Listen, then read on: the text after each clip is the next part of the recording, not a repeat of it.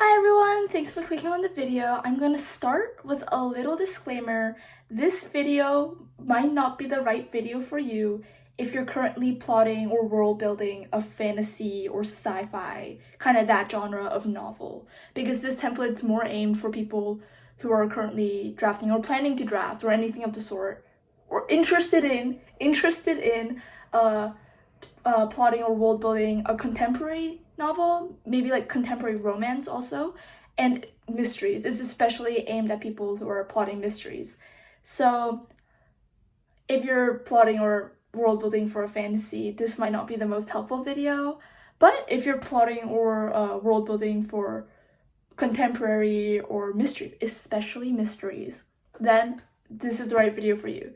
So in this video, I'm going to go through what I have in my plotting document and give you guys ideas and tips on what to put into your own plotting / world building documents. So yeah, let's get started.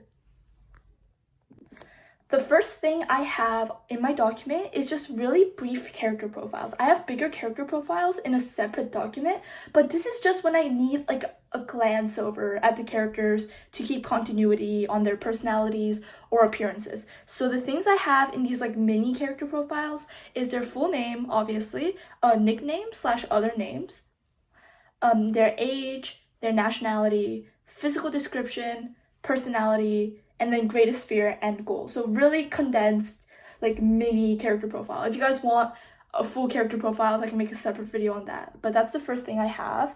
So I have to lean over to scroll on my computer. Second is the subplots. And for me especially, I have a pretty large cast and I have like 6 different POVs. But obviously, it's kind of hard to fit 6 full-fledged subplots into one story. So that's why I wrote like 2 separate subplots that weave into the main story. That's literally like the title of the category. It's subplots that weave into the main story.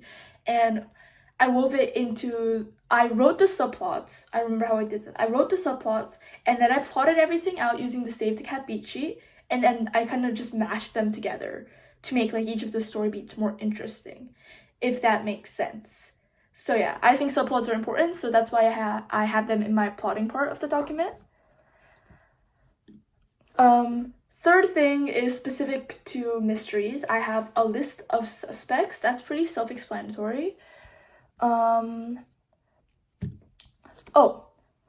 thing, it's kind of similar to subplots, but I have character arcs, which are like little character arcs that each of the characters go through throughout the story. And it's just to make sure that them as a character keep evolving and changing, because I don't want them to stay static from the beginning to the end. I want there to be at least a little bit of internal change in each of the characters, especially the main 6, obviously, who are Adelaide, Paxton, Oscar, Anya, Caro, and Valeria. So if I mention any of them, they're just one of the main characters in the story.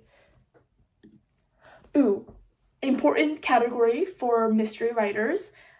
You need like 3 timelines. That's what I have. I have 3 different timelines. The first one is the murderer's first timeline, as in their main plan. So you have to think about this from the murderer's perspective as well as the detective's perspective. So the murderers have their own agenda. So they have a plan, right? Going into it. So this first timeline is just what their plan looks like. So it's like, how do you start? What time do you start? At what time do you get your like second person in? At what time does this happen? Stuff like that. So that's the first timeline, and it has to be like rock solid. Like they have to have alibis. Well, okay. For most murderers, they usually have like alibis planned, method of murder, when they murder them, that kind of stuff planned. They have a plan. It might not be a perfect plan. It shouldn't be a perfect plan, actually, if you want them to get caught, but they have a plan. So that's just their plan. Second, murderer's timeline is what actually happens, because if it goes literally perfectly, then the detectives can't really deduce anything. They have to have had done something wrong, whether it's leaving evidence behind or leaving a witness behind, just leaving some forms of clues behind. Something has to go wrong. It also just makes the story more interesting, because then they're trying to cover up for what they did wrong, you know? So that's the second timeline. It's like the murderer's timeline, but like what actually happened. Like what went wrong, what went well, did anyone see, did they leave anything? Did the body like get found too soon, that kind of stuff. And then third timeline is obviously what the story from the detective's point of view. And for this, I used the Save the Cat beat sheet. It's just basically the third timeline is basically just the plot of the story. It's like what they see, because they don't see everything the murderer sees. So it's what they see and then the journey they embark on is the third timeline slash Save the Cat beat sheet plot. And I really recommend the Save the Cat beat sheet because it's like the perfect mix between detail, flexibility also, and then structure. It's not like too structured, but it has enough structure to keep the story flowing and gives you enough room for creative interpretation. And I just think it's a really helpful beat sheet. It worked for murder mysteries. It's not just like a contemporary or action kind of thing. I'm sure it could work for fantasy or any story as well. And yeah, those are the main plotting stuff. Now we're kind of going into world building lore kind of territory. And then I have some formatting stuff that I added into this document too. So it's a very loose document, but I hope it does give you some ideas.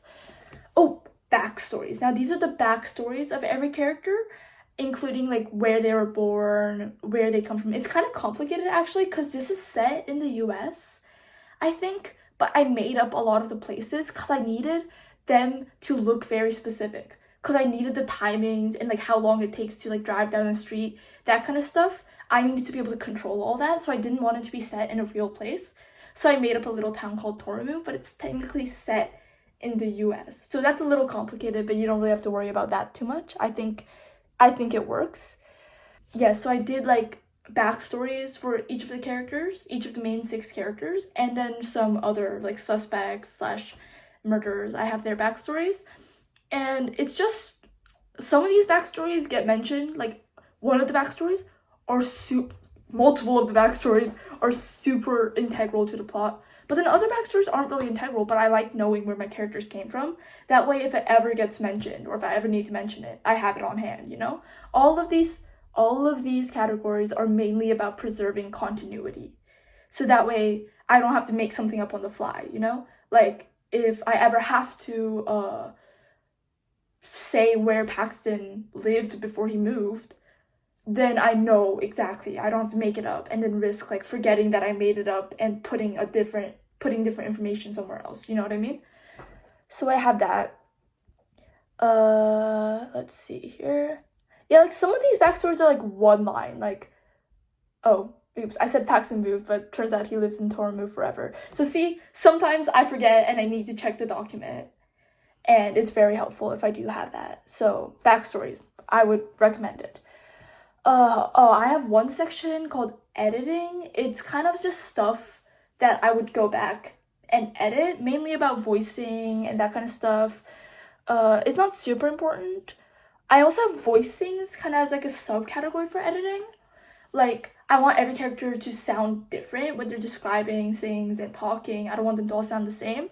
So I kind of have how they talk and like how they think, kind of. Like Adelaide, for example, she's like an actress, she loves acting, she likes all things vintage. So her describing style, like how she thinks, is kind of cinematic in a way and kind of old Hollywood style, kind of voicing, kind of like elegant and descriptive, kind of. And then she talks in a similar manner, I'd say, a little bit more descriptive and polished sounding.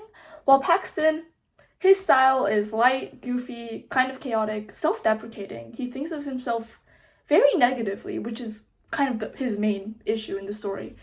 And also another thing I have in here is how they see themselves and how other characters see themselves. So yeah, that's very interesting because usually the two are very different.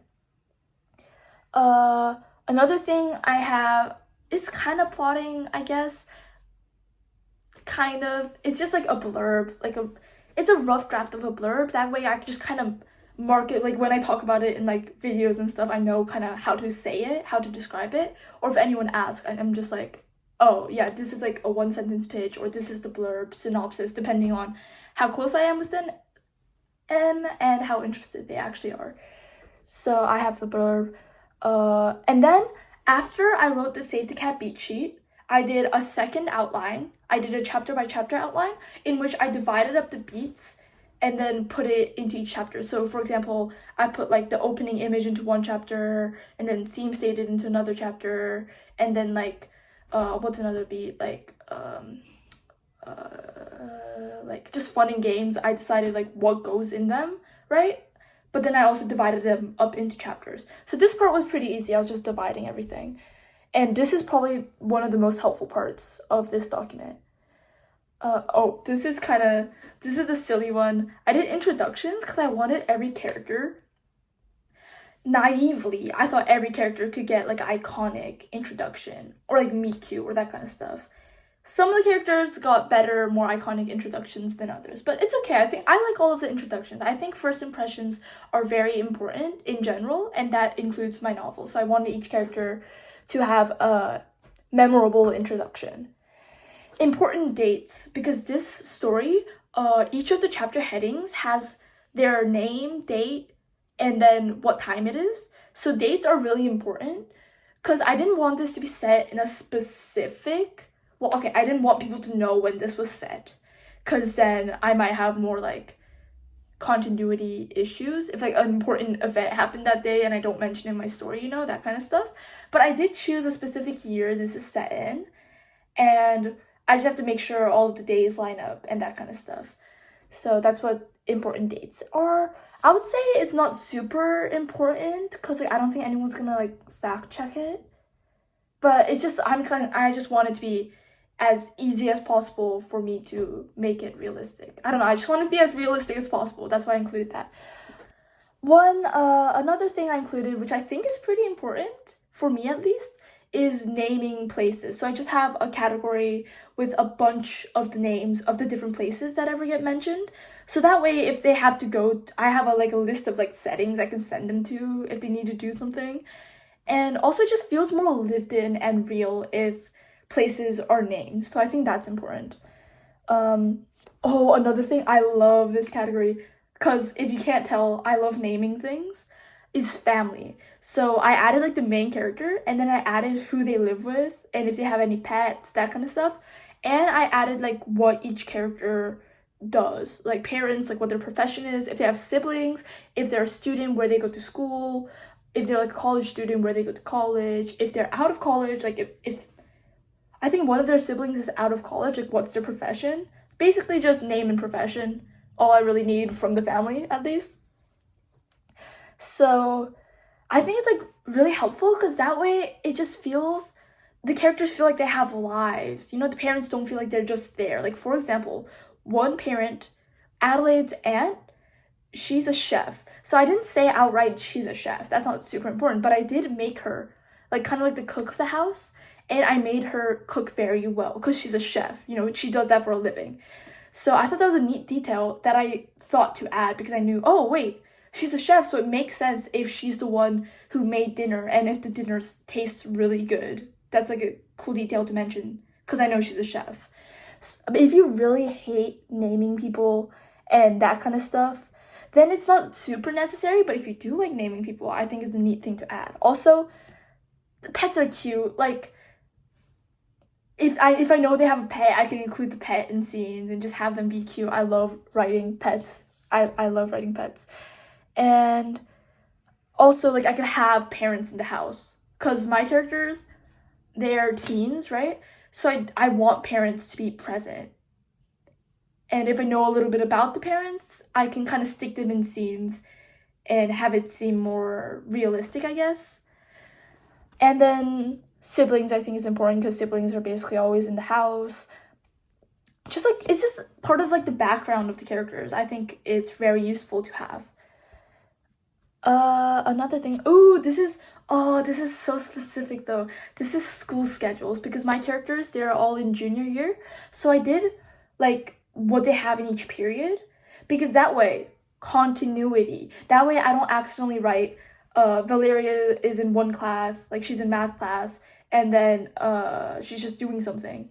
And then I don't accidentally write a scene where she's in math class again, but another character that I didn't mention before is also in math class. You know what I mean? So that way I know what periods everyone has together, and it just kind of helps me flesh out. It was fun for me choosing classes for them. And I also took it further with like extracurriculars because they're teens, you know, they have extracurriculars, they have hobbies, and that way I can mention the hobbies during the story, obviously, and also I mainly chose extracurriculars based on their talents also, and it helps kind of accentuate the talents and give them some merit. Like for example, one of the characters, she's an overachiever, well, high achiever at least, and she is the hacker of the group. So for her extracurriculars, I did like violin and like student council, because student council was really important, and she just kind of seems like she'd do an instrument because she's like a high achiever, you know. And then I had her manage social media for volleyball and in speech and debate because she's super confident and she loves working with tech. So I thought it made sense for her to manage the social media of those two clubs. And I also made her like coding club president. I also did awards. I basically just gave these characters college apps, bro, to kind of give their talent some merit. So I had her like win a hackathon and like win like a smaller game jam and that kind of stuff. Speech and debate awards, volleyball semifinals, just like fun stuff. I had fun with this part.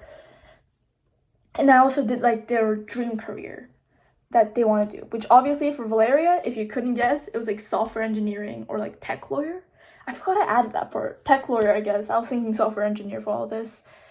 And I have like a smaller category called scenes, which if I get impatient about writing like a cute scene, like a meet cute or like an important part of the investigation, I just kind of write it out in this category. It's not really world building, not really plotting. It's just me getting ahead of myself, so I won't talk about it that much. This category doesn't really fall into world building or plotting, but I did title ideas. And the current title is obviously The Prettiest Alibi, but I went through a couple titles. I really like The Prettiest Alibi title though. Once you read the story, it gets like a double meaning, which I think is cool. Other title ideas I had were Blood, Lies, and Alibis, until I realized that was a really popular podcast and I didn't feel really right naming my story that. So another idea I had was What We Should Have Left Behind, and I think that one, nothing like really, I don't think any media really claimed it. I might be wrong, I might be like misremembering, but that's not the reason I left it. I just thought it was a bit of a long title and it didn't really scream murder mystery to me. Like What We Should Have Left Behind sounds like it could be like a contemporary, sounds like it's like a romance of some sort, which it's not. Mine's like a mystery thriller, so that's why I left that one behind.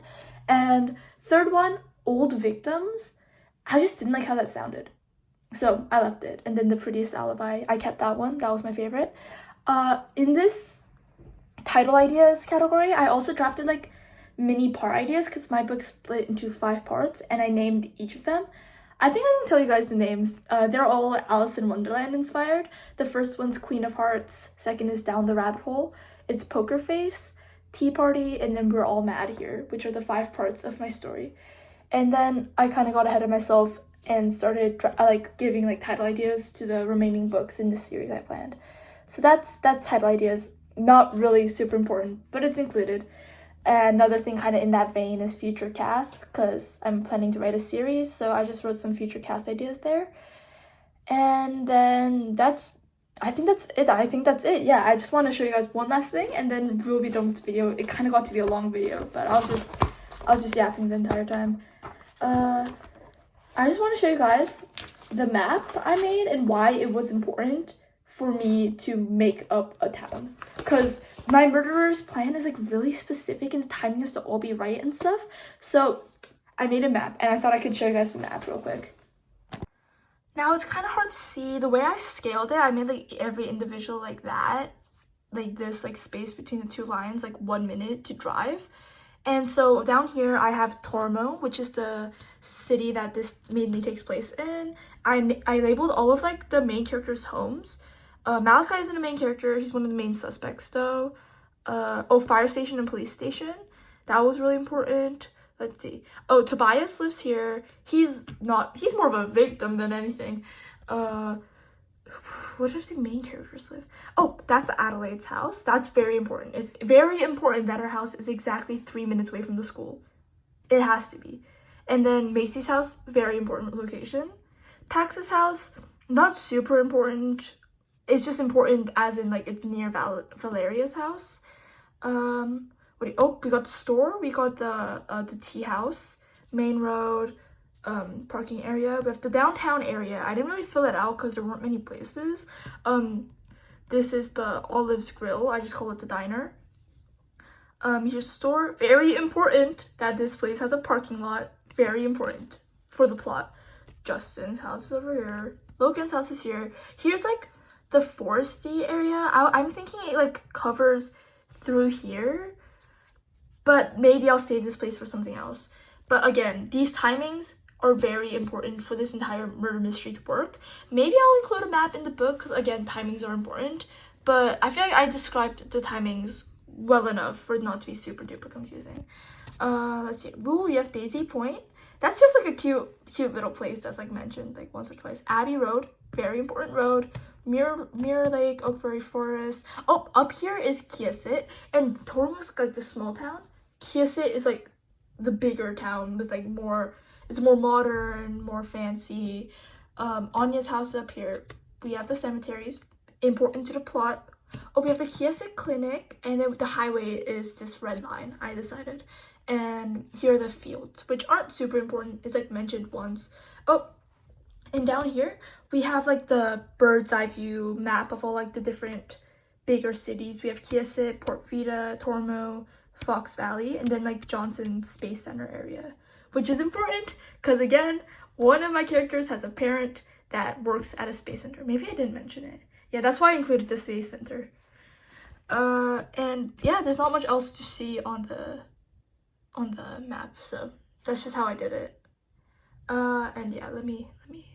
So yeah, I think we're at the end of our video now. Thank you so much for watching, and I hope you guys got some good ideas or some categories that you'd like to use, and I hope that, especially if you write mystery, this helps give you an idea of where you can start to plot it. I just hope this video was helpful. So yeah, thanks for watching. See you guys.